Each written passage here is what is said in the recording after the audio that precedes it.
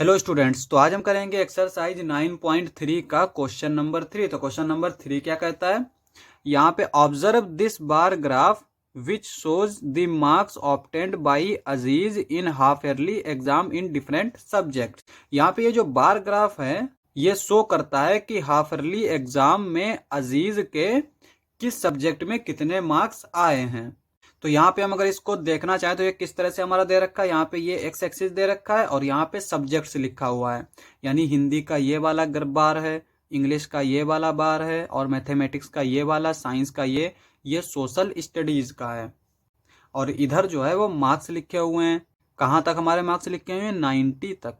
और यहाँ पे लिखा हुआ है 1 unit length is equals to 10 marks, यानी यहाँ से यहाँ जो ये यूनिट लेंथ है ना, ये जो है 10 मार्क्स को रिप्रेजेंट करती है।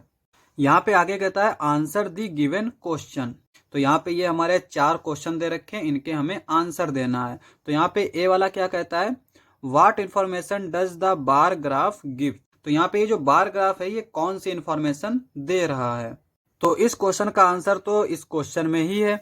यहाँ पे क्या है कि इसका आंसर हो जाएगा this bar graph shows the marks obtained by Aziz in half yearly exam in different subjects। यहाँ पे ऑब्जर्व और विच को छोड़ देंगे, बाकी जो है वो एज इट इज उतार देंगे। तो यहाँ पे आंसर लिखेंगे और आंसर ए डाल के ये सारी चीजें लिख देंगे जिसको हमने अंडरलाइन किया है। उसके बाद में बी वाला क्या कहता है, name the subjects in which Aziz scored maximum marks. तो उस सब्जेक्ट का हमें नाम लिखना है जिसमें अजीज ने सबसे ज्यादा मार्क्स गेन किए हैं। तो यहाँ पे सबसे ज्यादा मार्क्स किसमें होंगे, जिसका बार सबसे ऊंचा होगा। तो यहाँ पे हम देख सकते हैं कि सबसे ऊंचा बार जो है वो हिंदी का है।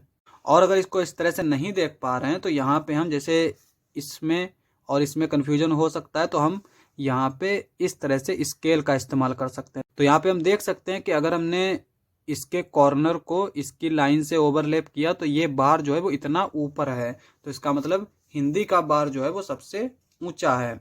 तो यहाँ पे बी का जो आंसर होगा वो क्या आ जाएगा, हिंदी। हिंदी में जो है वो सबसे ज्यादा मार्क्स गेन किए हैं। सी वाला क्या कहता है, name this subject in which he has scored minimum marks. अब कौन सा सब्जेक्ट है कि जिसमें सबसे कम मार्क्स मिले हैं। तो यहाँ पे हम स्केल का इस्तेमाल कर सकते हैं। यहाँ पे ये देखो, यहाँ पे ये वाला बार जो है वो यहाँ तक खत्म हो गया, बाकी सारे जो बार हैं वो इससे ऊपर हैं। तो इसका मतलब सबसे कम जो है वो सोशल स्टडीज में मार्क्स मिले हैं। तो यहाँ पे हम लिख लेंगे सी वाला हो जाएगा हमारा सोशल स्टडीज। अब हमारा लास्ट वाला पार्ट आता है, डी वाला क्या कहता है, state the name of the subjects and marks obtained in each of them. अब हमें यहाँ पे लिखना है सारे सब्जेक्ट्स के नाम और उनमें कितने मार्क्स आए हैं वो।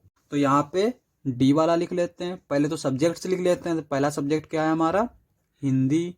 उसके बाद में क्या दे रखा है, इंग्लिश। उसके बाद में दे रखा है मैथमेटिक्स। उसके बाद में दे रखा है साइंस।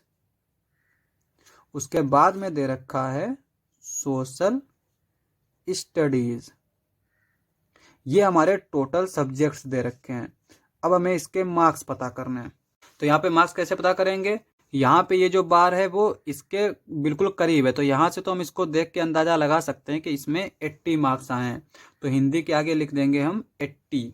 उसके बाद आता है इंग्लिश। अगर हम इंग्लिश को कंपेयर करें तो थोड़ा सा कंफ्यूजन हो सकता है, तो यहाँ पे हम स्केल का इस्तेमाल करेंगे। तो यहाँ पे हम इस तरह से स्केल रखेंगे और यहाँ पे चेक करेंगे। तो यहाँ पे हम देख सकते हैं कि इंग्लिश में जो है वो 60 मार्क्स मिले हैं। तो यहाँ पे हम लिखेंगे 60 मार्क्स। उसके बाद में आता है मैथमेटिक्स। मैथमेटिक्स में हमारे कितने मार्क्स मिले हैं, मैथमेटिक्स में भी हम इस तरह से ये स्केल लिखेंगे और यहाँ पे हो गया 70। तो मैथमेटिक्स के आगे लिखेंगे हम यहाँ पे 70। साइंस में कितने मार्क्स मिले हैं, तो साइंस के लिए भी हम स्केल का इस्तेमाल करेंगे क्योंकि ये दूर है वाई एक्सिस से। तो यहाँ पे हम देख सकते हैं कि ये 50 मार्क्स हैं, तो यहाँ पे लिख देंगे हम 50। सोशल स्टडीज में कितने मार्क्स मिले हैं, यहाँ पे भी हम स्केल का इस्तेमाल करेंगे। तो यहाँ पे हम देख सकते हैं कि 40 मार्क्स मिले हैं, तो यहाँ पे लिखेंगे हम 40। तो ये हमारे सारे आंसर हो गए। लास्ट पार्ट था क्वेश्चन समाप्त। नेक्स्ट लेक्चर में करेंगे नेक्स्ट क्वेश्चंस। आज के लिए बस इतना ही।